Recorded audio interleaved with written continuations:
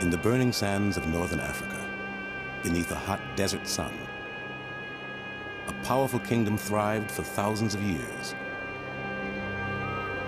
Strong kings and queens built massive temples and buried their dead in pyramid-shaped tombs.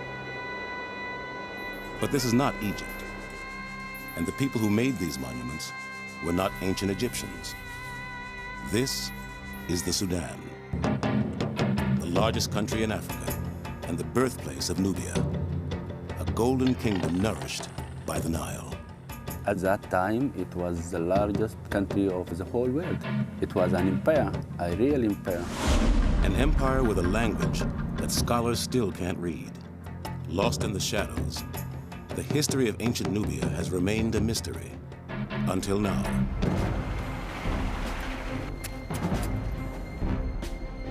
You have the chance to find something for the first time. We're writing the history books right now from the antiquities of this country. From the ground comes evidence of sacred rituals.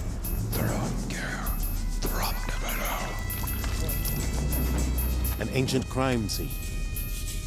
It looks as if someone has deliberately come and smashed this altar into many, many pieces. And a ruthless invasion that may have brought down the powerful empire.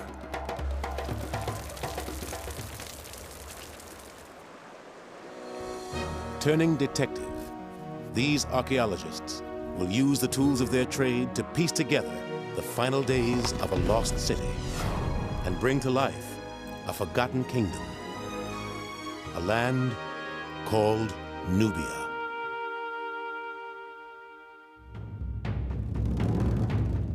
Ancient Nubia began to emerge as a powerful state in what is now Sudan around 2000 BC.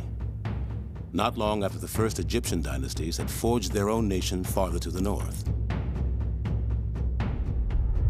From the beginning, Nubian rulers and their formidable armies of skilled archers were perceived by the Egyptians as a force to be reckoned with and a dangerous competitor for control of the southern reaches of the Nile.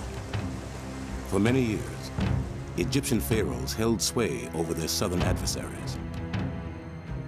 But there came a time when the Nubians turned the tables and conquered Egypt. Rivals at war, partners in trade, the history of these two nations would be intertwined for millennia.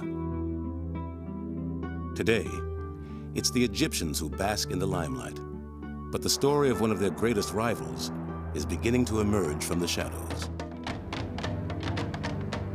The Nubians were African, sophisticated and artistic. They flourished independently of Egypt for thousands of years. Rich veins of gold brought Nubian rulers great wealth.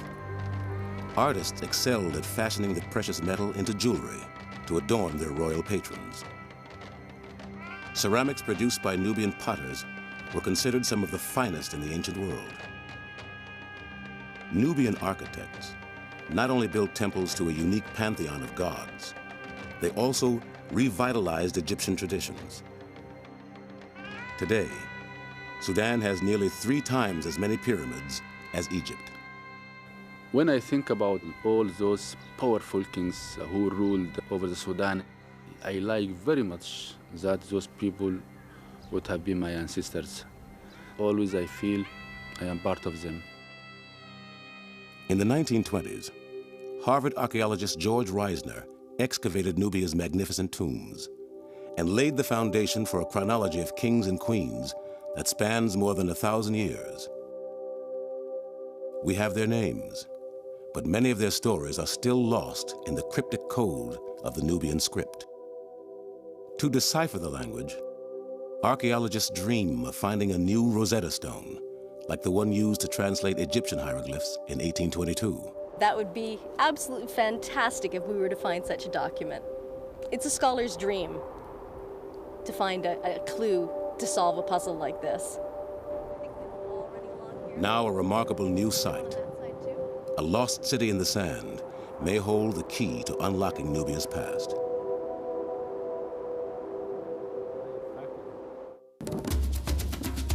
Archaeologists Julie Anderson and Salah Ahmed must travel 220 miles north of Khartoum. It takes 9 dust-choked hours to reach their destination, the modern village of Dangail. The site lies hidden beneath mysterious mounds of sand near the center of town. It's a well-preserved Nubian city, 2,000 years old, and some 24 football fields in size.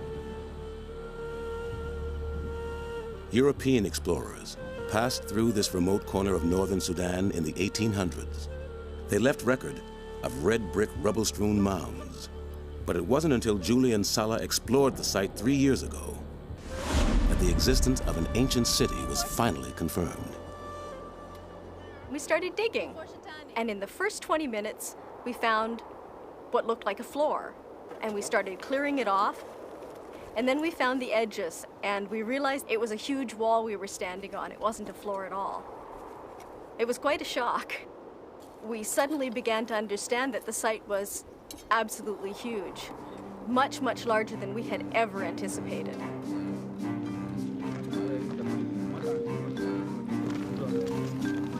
Unearthing the city will take many years, a huge workforce, and the hefting of countless buckets of sand.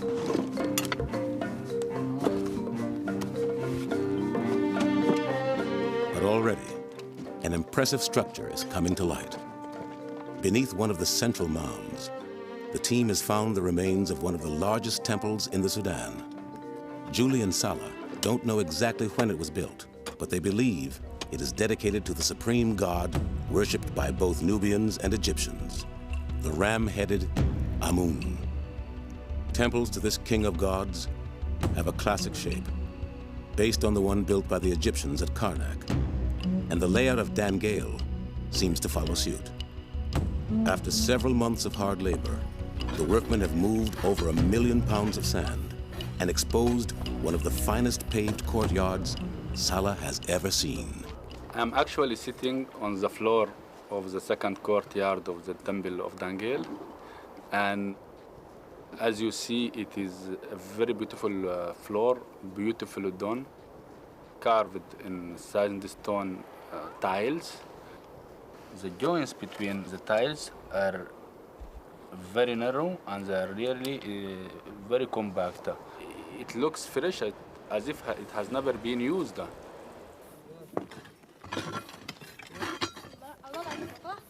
In another part of the temple, Julie has unearthed the remains of a large sandstone column. Buried for centuries, carved figures have been protected from the abrasive power of wind and sand. He's beautiful. Got a little belly button. This is really beautiful. Yeah. Very well preserved. Oh, look, he's wearing a little kilt. And he's got a little fat tummy, which is kind of nice. And he's got the water jars. One is here and the other one's here. And they're actually pouring water. They're pouring libations, offerings to the god. Let's clean him off a little bit better there. In this extreme climate, it's no surprise to find depictions of water offerings in the temple. Water is life. In the heat, particularly in the summer here, when it can be 50 degrees Celsius, water is an absolutely welcome offering. Along with the water-bearing god Happy, the sandstone column is inscribed with the Nubians' mysterious text. The seated man, this is the letter A, and he's got his head here, he's got an arm down, an arm upraised, and he's sort of crouching. And we know he sounds like ah. Unfortunately, while we know he starts a lot of words, and we know what he sounds like, we have no idea what these words mean. The Nubians devised their new alphabet around 200 BC, when the kingdom was based in the city of Meroe. As part of a cultural renaissance, the Meroites, as they are known, replaced Egyptian hieroglyphs with their own written language. Until it is deciphered, scholars can only read what other cultures of the time wrote about the kingdom. We do have some records about the Meroitic kingdom from outside sources. There's Greek historians who have written about the kingdom of Meroe, and they had contact with the Roman Empire and, of course, Egypt. But we don't have the Meroites' point of view. If you can read the script, it's the actual people that are talking to you. They're talking to you about themselves. What we really need to find is something akin to the Rosetta Stone that was found in Egypt that helped to decipher the Egyptian hieroglyphs. We need a bilingual text. The ancient city at Dan Gale is a likely candidate for having a Rosetta Stone. Its position on the Nile just south of an area of rapids called the Fifth Cataract ensured a strategic position at the hub of major trade routes to the African interior. The Fifth Cataract is rocky and you can't sail through there. The rocks are so sharp they'll cut the bottom out of your boat. You have to actually leave the water, go by land, and then rejoin the Nile. And you rejoin the Nile in the area of Dan Gale. Throughout its history, the Nubian kingdom lured traders from afar who coveted goods like ivory, animal skins, and of course, gold. People of many different cultures and languages, Greeks, Egyptians, and Romans, all traded with Nubia.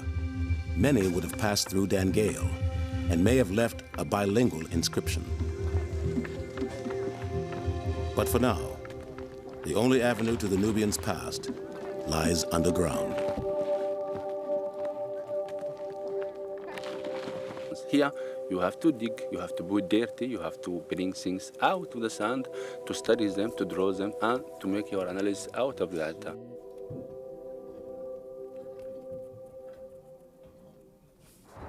The North African weather doesn't always cooperate. 3 weeks into the dig, a swirling cloud on the horizon means a tough job is about to get a lot tougher. The following morning, skies are clear, and with the calm after the storm comes their first clue to the origins of the ancient city. That's great. Salah. Yes. A cartouche. Only royalty was allowed the privilege of encircling their name with the symbolic oval shape called a cartouche. The form of a rope tied together at the end was thought to protect the imperial name from harm. And that's what we have here. We have the bottom of the oval, and this is one of the letters. Of course, a king's name has many letters, so we just have one tiny clue here. If we found the name of the king in the sanctuary, that means this is the man who built the temple. This is a very, very important piece. Now we need to try and find the rest of the name, and hopefully it'll be here somewhere, because this piece obviously came off of something.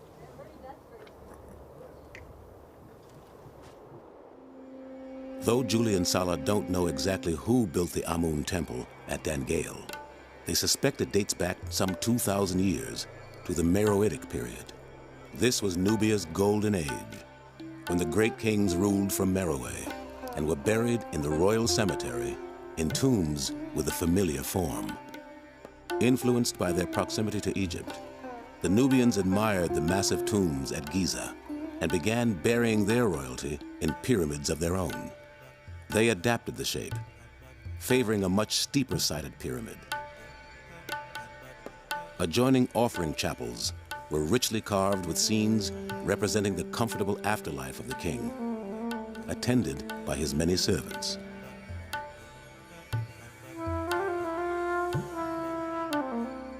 Not only kings are buried in the pyramids of Meroe.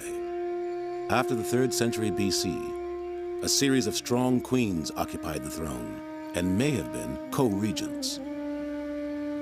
One of the most powerful ruled near the time of Christ, just before the temple at Dan Gale was probably constructed. Amani Shaketo is a really powerful Nubian queen. She's carrying bows and arrows. These are traditionally the accoutrements of a man. She's got prisoners tied up. There's a good possibility that she actually fought off the Romans. In 23 BC, Roman soldiers attacked the Nubian kingdom. According to their accounts, The Nubian resistance was led by a valiant woman, blind in one eye, who scholars believe may be Amanishakheto. The queen successfully stopped the Romans from overtaking her kingdom and even brokered a favorable peace treaty. Though faint, traces of Amanishaketo's imposing figure can still be seen on the walls of her offering chapel. She's a larger woman, so it shows how powerful she is. It's also part of the Meroitic impression of beauty. She's well-fed. She's wearing a lot of bracelets on her arms, rings on her fingers. She would have been covered in gold. She was a very lucky lady to have a lot of this jewelry. Amanishaketo's royal cache first came to light in 1834, when an Italian explorer, Giuseppe Ferlini, traveled to the Sudan, eager, as he claimed, to make some useful contribution to history. In fact, he was really searching for gold. Ferlini hoped to make a fortune selling antiquities back in Europe. His greed led him to the pyramid fields of Meroe.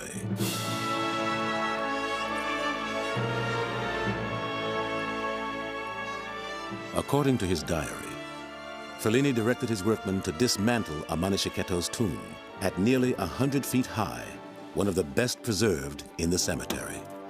While his men labored under the punishing rays of the desert sun, Ferlini took it easy in the shade.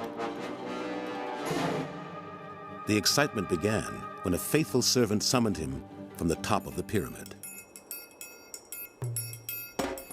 I got up and raced over, my heart filled with hopes of some delightful adventure. At the summit, Ferlini reported that his men had discovered a chamber hidden beneath the stones. From within emerged a bronze bowl filled with objects wrapped in cloths of linen. Ferlini had hit the jackpot. As it became evening, I brought the discovered objects to my tent, and after all the servants had given over to sleep, I pulled out the precious objects and studied them with my soul filled with joy. I admired the gold, and on seeing the quantity of it, I realized it had to exceed greatly all that which I knew was spread through the museums of Europe. Ferlini had discovered a dazzling hoard of jewels. Today, much of this cache is housed in Munich's Egyptian Museum. Gold bracelets covered with decorative bands of fused glass. Ornamental pendants bearing images of the gods. And dozens of heavy gold rings, some incised with the figure of Amun. This is one of the greatest treasures ever found in Nubia. It gives us a very good idea of what the kings and the queens would have been wearing at the time. Though Ferlini's raid did bring the incredible cache to light, a price was paid for the discovery. The explorer's ruthless quest for gold destroyed Amanishaketo's pyramid. In the outer courtyard of the Amun temple at Dan Gale, another story of destruction may be unfolding. These ruins, too, may be the product of something more than just the ravages of time. This temple seems to have been abandoned for some reason, and we're not quite sure why. From beneath the ground comes evidence of a catastrophic moment in Dan Gale's history. It's part of a roof beam. It's a long piece of palm wood, but it's been incredibly badly burned. You can see this is charcoal, and you can see actually little bits of the palm beam breaking up as it's disintegrating. We're actually finding the real part of the roof beam that fell in after a big, big fire in this forecourt. It must have been a terrible, terrible fire because the burning is so extensive. And you can see traces of this fire on the columns, on the floor, and we actually have a piece of it preserved. Finding an extensive layer of burning does give us a good clue as to why people left the area. Maybe it was a big war, maybe the temple accidentally caught fire. However it started, the fire must have been fierce enough to cause the evacuation of the temple, and maybe the entire city. But what may have been a disaster for the Meroites has proven to be a blessing for Julian Sala. Everything underneath the layer of the fire that was on the floor surface has been completely sealed. This creates a time capsule. We have a specific moment in time preserved for us that we can see. If Julian Sala's theory is correct, that moment in time may correspond with the final days of the Nubian Empire. Scholars know little about this period, but excavations at Dan Gale could help explain how and why the powerful kingdom came to an end. To learn how the empire first began, we must look to monuments farther north. Just beyond the fourth cataract of the Nile lies the most sacred place in all of Nubia, Jebel Barkal, the Pure Mountain. At the base of this landmark sits the largest and what may be the oldest Amun temple in the country. It overlooks a fertile stretch of the Nile that has nurtured life for more than 3,000 years. Temples and tombs have much to tell about the Nubian kingdom's earliest years. Salah takes a break from the excavation to make an annual pilgrimage to Jebel Barkal. I just take my car and stay for 3-4 days, and I'm refreshed. I'm a new man. First, he must cross the Nile. In this part of the country, there are few bridges, so pontoon boats carry traffic from one side of the river to the other. Salah soon trades the green, lush valley of the Nile for the inhospitable terrain of the Bayuta Desert. The journey will take him 110 miles to the northwest, along a route steeped in history. He follows the same path the great kings and queens of Nubia would have traveled to reach the temples at Jebel Barkal. It is very hard, very rough, very difficult drive, but I like it very much. At the end of the road lies Karima, the town where he was born, nestled at the base of Jebel Barkal. The mountain itself have a great volume when you see it with the rest of the plain around it. And all of a sudden you have a mountain rising up 100 meters high. So it is very impressive. For the young Salah growing up at the foot of the sacred mountain, Jebel Barkal and the ruins around it were a constant presence. I like this mountain when I was a child. I used to come here every Friday. And it was fun for me and my friends. At the same time, for me, these ruins were a mystery. I was very curious to know what was it about, the mystery of the mountain.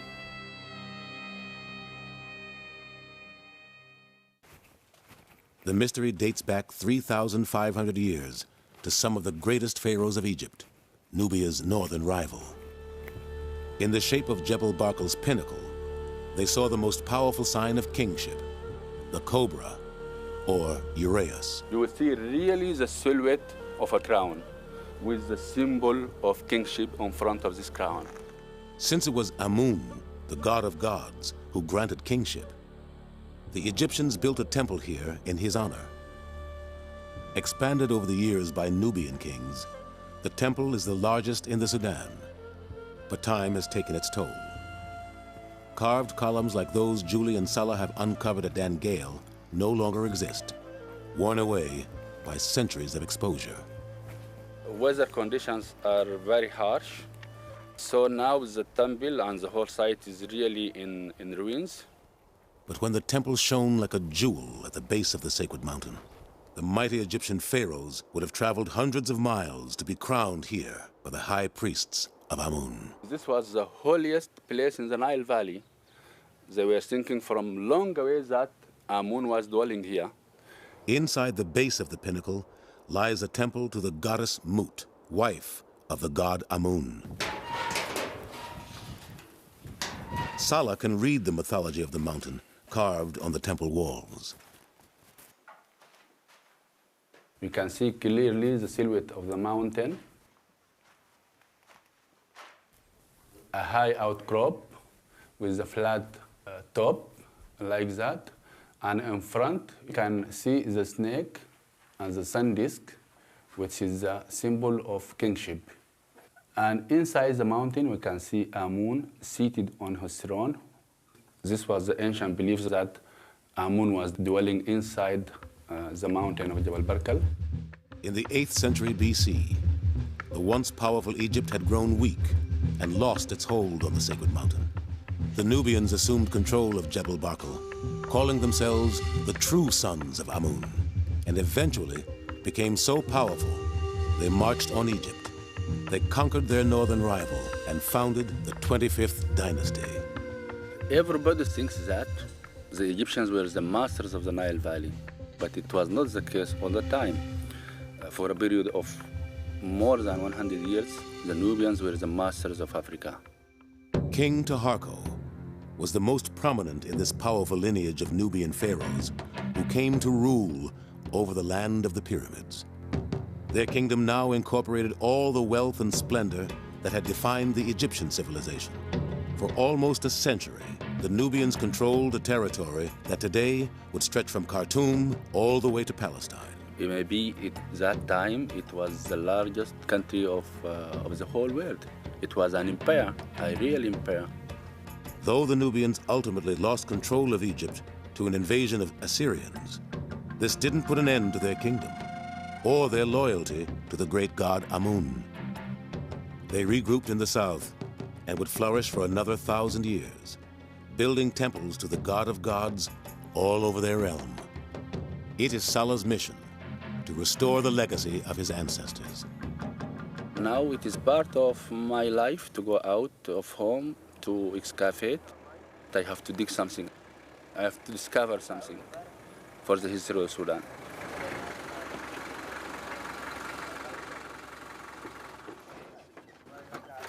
Back at Dan Gale, Salah has returned to the temple and a new challenge. He'll be searching for his ancestors in their graves.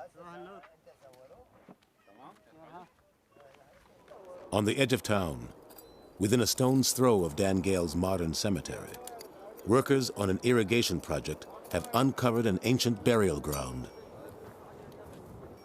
So the machine which has dug the canal just came across the graves. This is bad, yeah. Destroyed at least 9 or 10 graves. But on the other hand, it was the reason after the discovery of the cemetery. So it is bad and good. Salah believes that the people buried in this cemetery are the very ones who worshipped in the temple. So it is really fantastic to have the life and the dead at the same time. So you can complete the story of a whole population.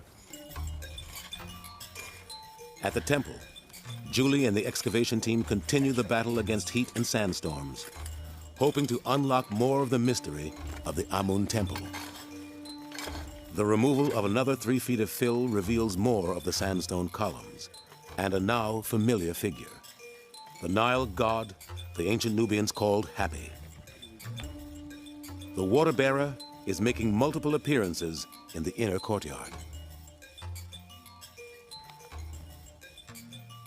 On this column, we have 8 figures of Hapi, and on all of the other columns, we have 8 figures. So by the time we're done, we're going to have drawn 32 Hapi figures. Hapi is the god of the Nile, and he's carrying jars that are pouring water. He brings the fertility of the Nile to the people who live along its banks. That's why Hapi's so important to the people who lived here. Without the Nile and the river and the water, they'd die. Water was so important to the ancient Nubians that it played a central role in the daily life of this temple.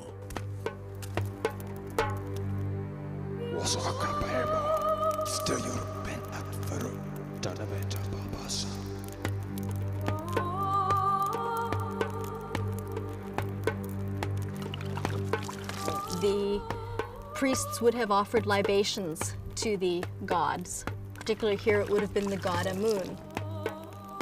So this would involve pouring water or possibly milk on the altar and giving it to the god.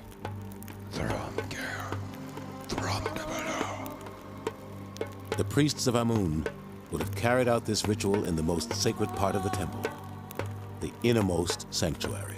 Normally, only the priests would have entered this room. It's the main sanctuary, the Holy of Holies. Julie and Salah have been waiting to excavate this sacred chamber. They expect to find an altar or statue here, something to correlate with the ancient rituals they know took place deep inside the temple. These are huge blocks. You can see they're larger than my hand in thickness. They held something really, really heavy here. It could be an altar, it could be a statue. This is where the priests would have made their offerings to Amun. But where the altar should stand, there is now disturbing evidence of desecration. Well, it looks like somebody dug a huge hole in the floor of the main sanctuary of the temple. The sacred shrine is missing. Either they took it with them or they pushed it over and took it somewhere else and maybe smashed it. So in terms of committing sacrilege, this is a terrible, terrible offense. With evidence of foul play mounting, the fire discovered earlier in the forecourt is beginning to look like no accident. The identity of the marauders is a mystery, but what they did with the altar soon becomes perfectly clear when Julie re-examines a heap of stone fragments excavated earlier in the season. Oof, and this is kind of heavy.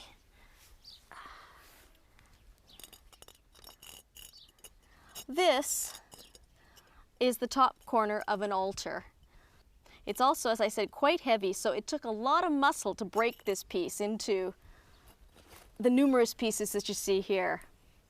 Luckily, though the altar was destroyed, a crucial piece remains intact. We turned up this piece. It's the missing part of the cartouche Julie and Salah have been searching for. Now they can decipher the name of the ruler who built this temple, and is not a king. The royal name is Marie Ka Ra, and that's one of the names of Queen Amani-Tori. The temple is no longer anonymous. Now it has a ruler and an age. Amani-Tori is another powerful Nubian queen who ruled during the 1st century AD. We actually know what the queen looked like. This is her crown right here. The crown, the front of the crown has a double uraeus. That's 2 snakes with a little sun disk at the top of each head. And then this is her nose coming down in her profile. And she has an ear and a little earring right on this side. And she's got a big chubby cheek here. Her weight signifies that she has beauty, fertility, she has enough to eat, and she can produce children. Queen Amani-Tori and her co-regent King Natakamani reigned over Nubia during the time of Christ. Together, this powerful couple honored the gods by building more temples than almost any other Nubian rulers. The complex at the site of Naga, 125 miles to the south, is an impressive testament to their devotion. An avenue of ram statues leading up to the temple pays homage to Amun and hints at what the sands of Dan Gale may still be hiding.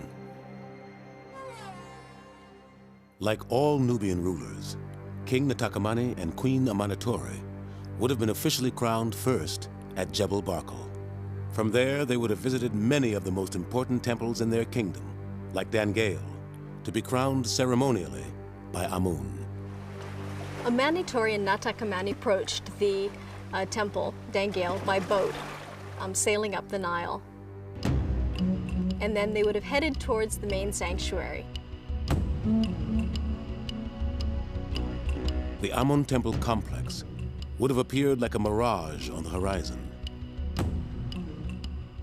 And then as you approached the temple, there would have been 2 massive doors blocking your entrance, hiding the secrets inside.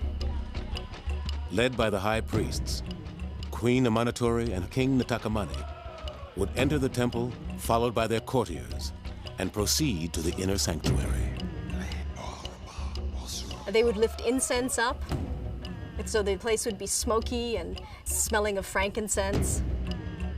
They would have made offerings to the god Amun.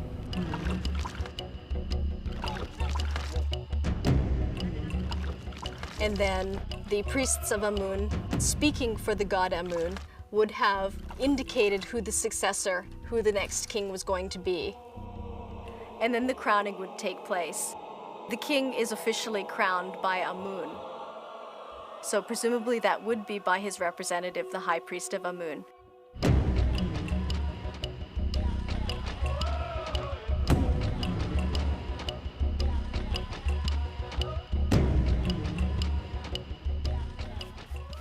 Though access to the inner sanctuaries was restricted to priests and royalty, other parts of the temple were open to pilgrims from more humble backgrounds. We found a footprint inscribed in the paving stones of the first court. It's graffiti that's been left by a pilgrim who came to visit the temple. This would show the god and other pilgrims that this person had come to visit the temple. It's a very human thing. It's something that somebody actually came and did as an act of personal piety, as an act of faith. With the discovery of the nearby cemetery, Julie and Salah have an even more direct link to the past. Inside these ancient graves, they may actually come face to face with the very people who worshipped in the temple nearly 2,000 years ago. Salah begins the excavation of a new tomb, untouched by the drainage canal. By simple brushing like this, I can discover or notice any ancient activity on this surface.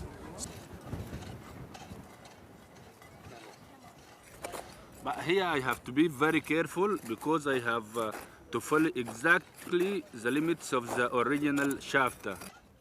After several days of digging, Salah is now well into the burial shaft. At the entrance of the tomb, he has found a perfectly intact pot within the fill.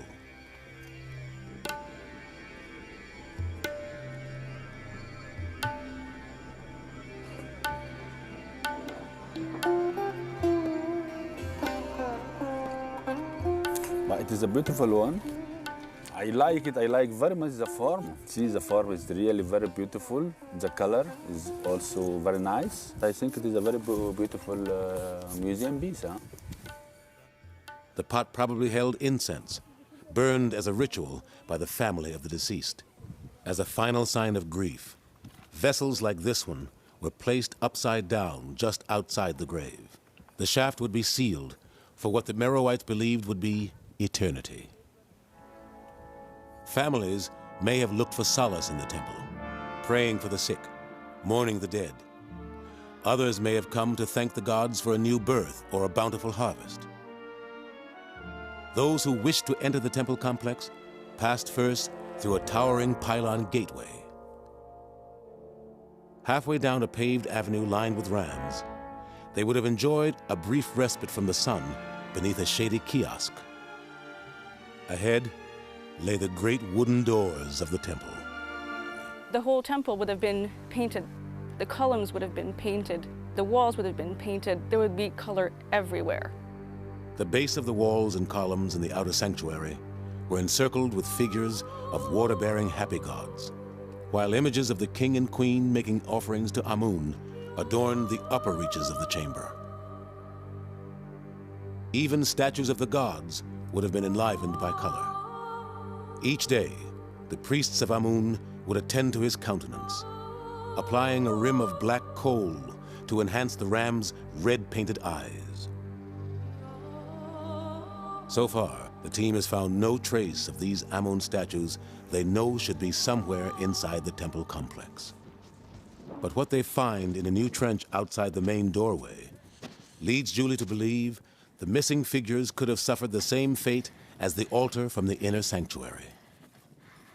We have large clumps of broken, shattered statue here, but the statues had been smashed into many, many pieces. There's literally thousands and thousands of fragments here, many of which are completely undistinguishable.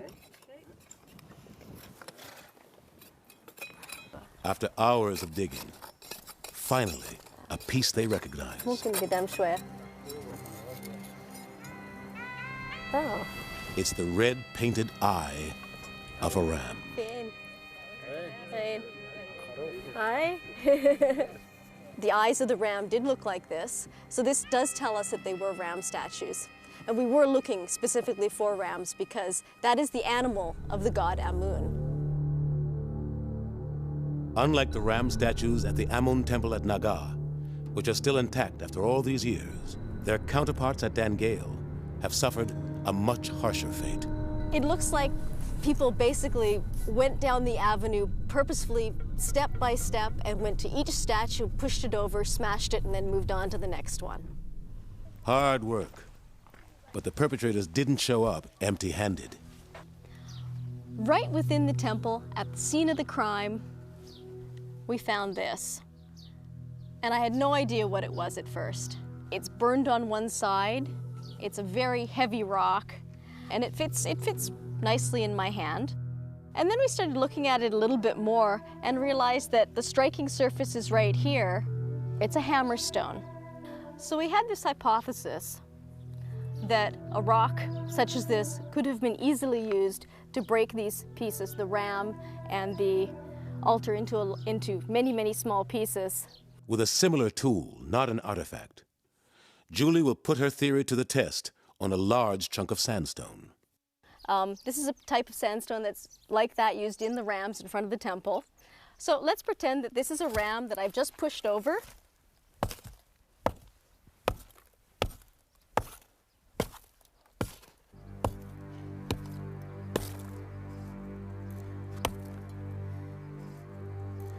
The pieces of rock are fragmenting into very sharp, small pieces.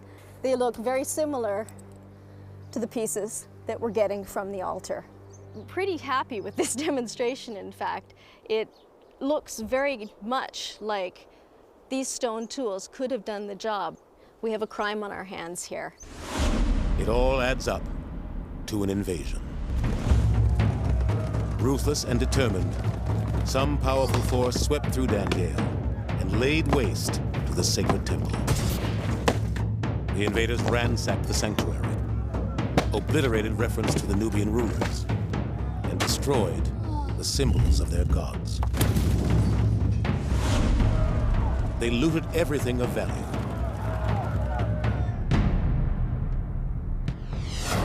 And then, as a final gesture,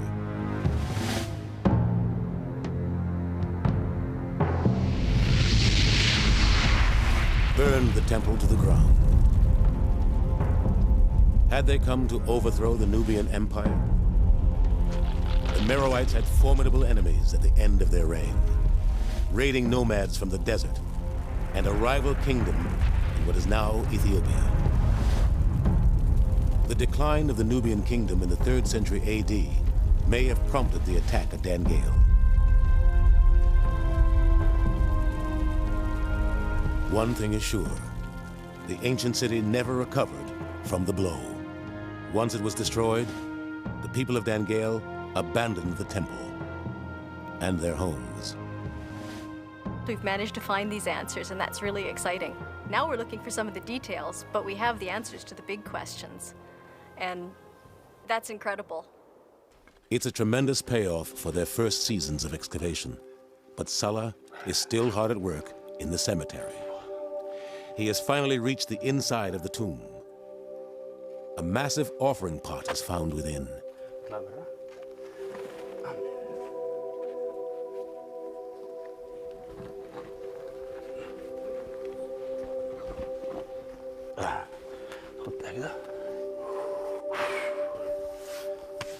But it is very, very beautiful. I like very much the form of these ceramics. These are used for liquids. They are found normally at the entrance of the graves, protecting the dead. Here in the grave, it is really a moment of history. You have a complete moment of history sealed in this grave. It is very exciting to go to the bones to find the body complete and in situ. But at the same time, you are treating a human body, a human being. He was doing agriculture or herding animals. They were depending completely maybe on the Nile. living as we are doing today, the same activities, I think. These were the worshippers of the Amun Temple of Dan Gale, those who suffered the greatest loss when their city was ransacked. So it is really very interesting for an archaeologist to find both, to find the life and the afterlife. And you can really tell a whole story of the people. How do they live? How did they die? But the story is still unfolding. There's an awful lot of work to be done at Dan Gale. There are mounds and mounds and buildings that are obviously well preserved here. Sala and I could be here for 20, 30 years easily, and still not even scratch the surface of the entire site. Waiting somewhere beneath the sands may still be the coveted Rosetta Stone, the secret to deciphering the Nubians' mysterious script. And many of the structures in the massive city of Dan Gale are still hidden. It is a work of a whole generation, I think. So what we can do, we can just do a part of it, and maybe our sons will do the rest to complete the story.